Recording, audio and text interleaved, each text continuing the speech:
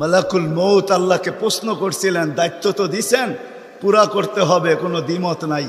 কিন্তু মনে ভাবে মানুষ সারাদিন আমার নামের চর্চা করবে, খালি বলবে এই লোকটার কোনো কাজ নাই, শুধু সারাদিন গাজীপুরে ঘুরতে থাকে, যাকে মনে চায় তাকে উঠায় নিতে থাকে, সারাদিন আমার আলোচনা করবে, মানুষের মুখে মুখে থাকবে। তো আল্লাহ প্রতি উত্তরে বলছিলেন, সাআজআলু লিল মাউতি সাবাবা, আমরা মৃত্যুর কারণ বানায় দিব। ইয়াযকুরু সাবাব ওয়া ইয়ানসাক, মানুষ কারণ নিয়ে আলোচনা করবে, তোমার নাম ভুলেও নিবে না। এখন নাম নিতেছে ডেঙ্গু, কয়েকদিন আগে নাম নিছে করোনা, কখনো নাম নেয় স্ট্রোক করছে, কখনো নাম নেয় এটা সেটা, ঠিক না? হ্যাঁ, আরেকটা কারণও আছে। শুধু নবীজির দিকে তাকায় এই উম্মতের জন্য আল্লাহ এটা করছেন, এই উম্মতের জন্য। এই উম্মতকে আল্লাহ আখেরাতে শাস্তি দিতে চান না। হায় হায়, উম্মত যদি নবী চিনত। আয়সা পড়ছি অবেলা, তো হাতে সময়ও নাই, আর হইল ওয়াজ মাহফিল, অন্য কিছু হইলে হয়তো ওইদিকে চলে যেতাম। নবীজি শুনানের সময় আমার কাছে এখন নাই। যে উম্মত নবী চিনে না, নবীর কারণেই আমরা পাইছি। এই উম্মতকে শাস্তি আল্লাহ আখেরাতে ইনশাআল্লাহ দিবে না। হ্যাঁ হ্যাঁ, দেয় তো দেয় কি কইরা, যার উপরে 3-3 বার কুদরতি হাত লাগছে। কয়বার?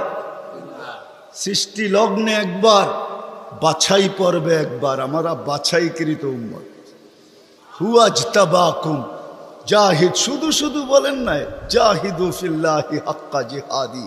উম্মতে মুহাম্মাদি, আমাকে পাওয়ার জন্য যতটুকু শক্তি আছে সব লাগায় দে না।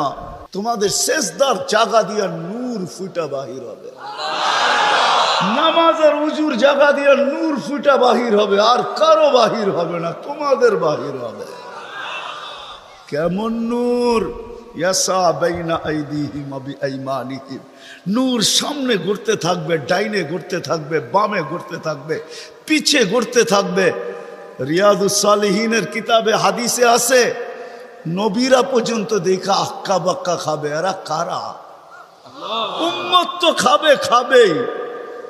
ফেরেশতারা বলবে চিনো না বুঝি, ঠিক না? সবাই শেষে আসছে, তো কোত্থেকে চিনবা, তোমরা তো ওই সময় ছিলাই না। এটা উম্মতে মুহাম্মাদি, উম্মতে মুহাম্মাদি।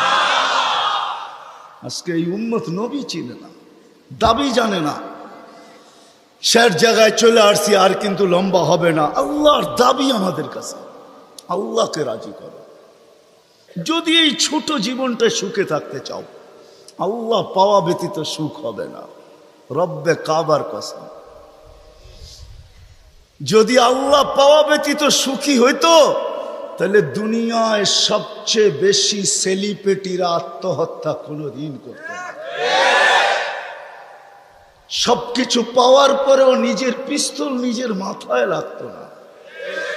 সবকিছু থাকা সত্ত্বেও নিজের টাকার কিনা রশি নিজের গলায় কোনোদিন লাগতো না। উন্নত বিশ্বে কোনোদিন আত্মহত্যার প্রবণতা এত বেশি হতো না।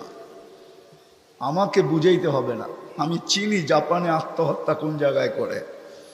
আমি দুইবার যেয়ে দেখা আসছি, পাহাড়ও দেখছি, সমুদ্রও দেখছি।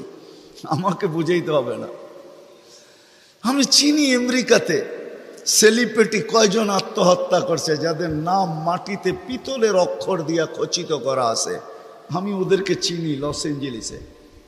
আমি যদি না চিনতাম তাহলে আমাকে বুঝাইতে পারতেন, আমি চিনি এদেরকে। সত্য এটাই, সুখ তো আল্লাহ পাইলে হবে। তাও এক কাপড় দুইজনের, একজনের এক কাপড় না, দুইজনের। নামাজ সালাম ফিরাইতে দেরি, উঠা দৌড়াইতে দেরি করে না। আল্লাহর রসুল ডাইকা দাঁড় করাইছেন, সালাম ফিরাইতে দেরি, দৌড়াইতে দেরি করো না। কারণটা কি?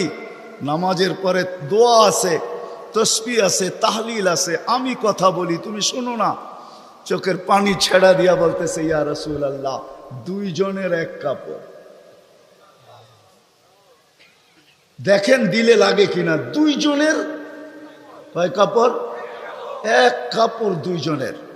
আপনি সালাম ফিরান, আমি ছুটা চলে যাই আউয়াল ওয়াক্তে নামাজ পড়ানোর জন্য। খুলা দেই, নামাজ পড়ে ওই ঘরের সুখ দেখাইতেছি, সুখ। স্ত্রী স্বামীর গাল ধরা চিমটি কেটা বলতেছে আমি জান্নাতি। বলছে তুমি কি করে জান্নাতি? বলছে কেন? সবরের জীবন চলতেছে, সবরের বদলা জান্নাত। কোনদিন তোমার কাছে চাহিদা তো দূরের কথা, নিজের মনের কাছেও করি নাই। অভিযোগ তো তোমার কাছে দূরের কথা, অন্যের কাছে দূরের কথা, মনে মনেও কোনোদিন অভিযোগ করি নাই যে আরেকটা কাপড় আনে না কেন। সুখ এটার নাম। স্বামীর চেহারাটা একটু মলিন হয়ে গেছে, তো স্ত্রী আবার চিমটি কেটে বলতেছে চেহারা মলিন কেন? তুমি জান্নাতে চলে যাবে। আমি তুমি কি আমার মতো স্ত্রী পেয়ে শুকরিয়া আদায় করো না? তো হাসতেছে, বলতেছে পাগলি, একবার ডেলি 100বার। তাইলে শুকুরের বদলাও জান্নাত, দুজনে জান্নাতে যে ফুর্তি করবে।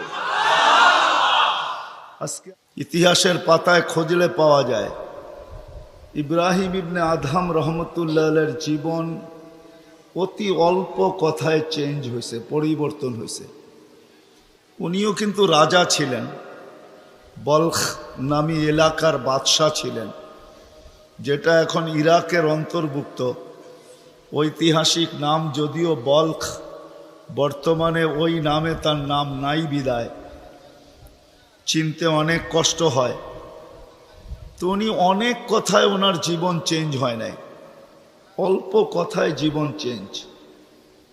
রাত্রে ঘুমন্ত ছিলেন, ছাদের উপরে কারো চলার আওয়াজ ওনার ঘুম ভাঙা ফেলছেন। প্রহরীকে বলছেন এই গভীর রাত্রে আমার ছাদে কার পদচারণ এত জোরে জোরে হাঁটে যে ঘুমই ভেঙে গেল। যা দেখে বাস্তবিকই কেউ হাঁটতেছে, ধরা নিয়ে আসছে, ডাইকা নিয়ে।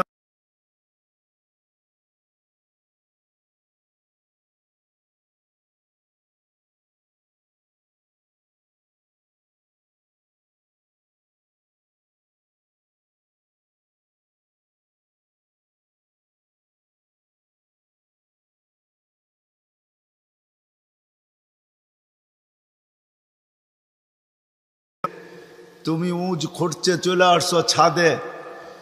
তো বলছে মহোদয় যদি আমি পাগল হই তাহলে আমার সাথে আপনিও। তো বলছে বুঝলাম না, তোমার সাথে আমি? আপনি তো বললেন যদি আমি পাগল হই তাহলে আপনিও পাগল। কেননা বাদশাহ ছিলেন কিন্তু বেয়াদব ছিলেন না, আদবওয়ালা ছিল।